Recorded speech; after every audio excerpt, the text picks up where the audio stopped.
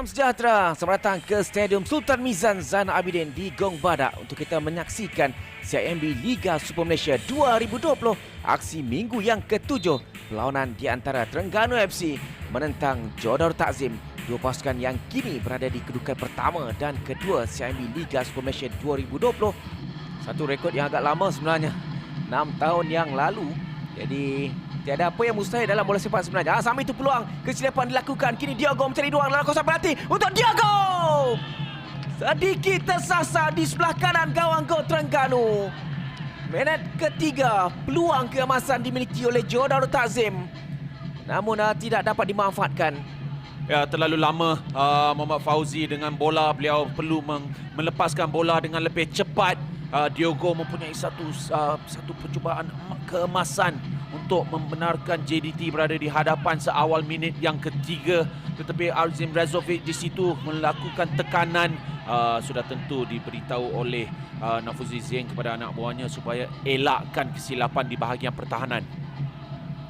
Kesilapan yang sudah pun dilakukan akhirnya. Safawi Rashid terus menghukum kesilapan pertahanan Terengganu untuk jaringan pertama Johor Darul Takzim. Satu peluang yang cukup mudah disempurnakan untuk jaringan kedua Safawi musim ini.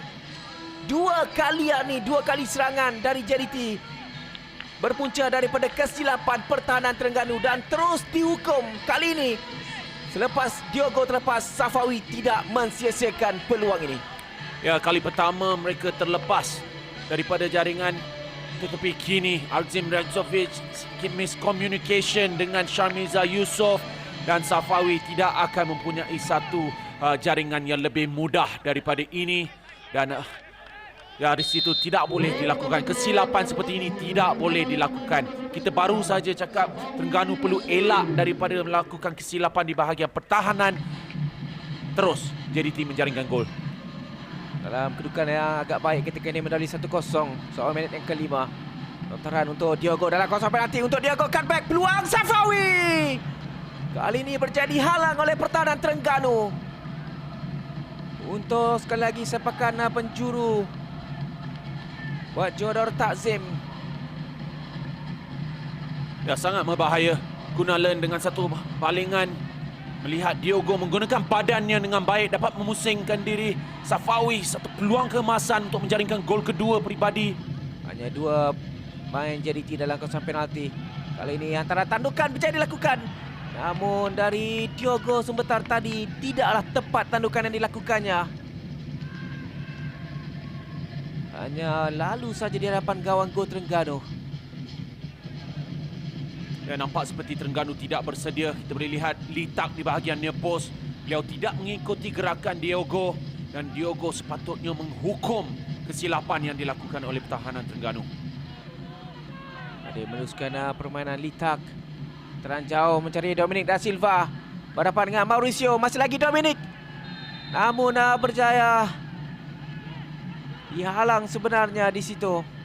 Sepakat percuma diberikan oleh pengadil kepada JDT advantage untuk menjaga gol dalam situasi ini. Dengan Fariza dan Mauricio masih lagi terbaring mengalami kecederaan nampaknya ni. Ya, satu situasi sedikit kelang kabut di antara tiga pemain, Farizal, Mauricio dan juga Dominic Da Silva. Nampak di situ Dominic menolak Mauricio yang bertembung dengan Farizal Malias. Terlepasnya bola daripada Dominic, tetapi tolakan tersebut yang menjadikan dua pemain JDT, Mauricio dan juga Farizal Malias bertembung. Ada satu hentakan di kepala Farizal Malias. Faiz Nasir untuk Syarif Sapian. Syak Medaw mencari ruang ketika ni.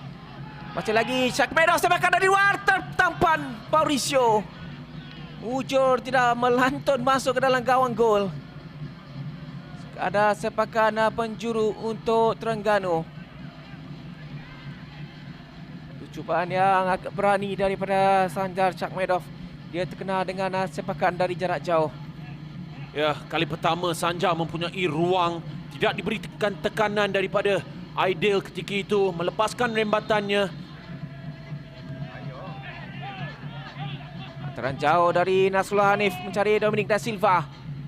Dipintas oleh Mauricio dan itu dia whistle panjang menamakan aksi di Stadium Sultan Mizan Zainal Abidin. Hasrat Terengganu untuk bangkit di separuh masa yang kedua terus tidak kesampaian apabila dinafikan. Dengan permainan yang cukup kemas dipamerkan oleh Jodor Tazim sekaligus memastikan mereka mengatasi dengan kelebihan 9 mata untuk aksi di minggu yang ke-7 ini. Jadi jaringan daripada Safawi Rashid di separuh masa yang pertama sudah cukup untuk memastikan 3 mata penuh berjaya diperoleh oleh Jodor Takzim untuk perlawanan di minggu yang ke-7 pada musim ini. Dengan kejayaan cukup baik untuk keputusan penuh di Stadium Sultan Mizan Zainal Abidin di Kuala Terengganu ini diselamatkan dengan Terengganu FC 0, Jodor Takzim 1.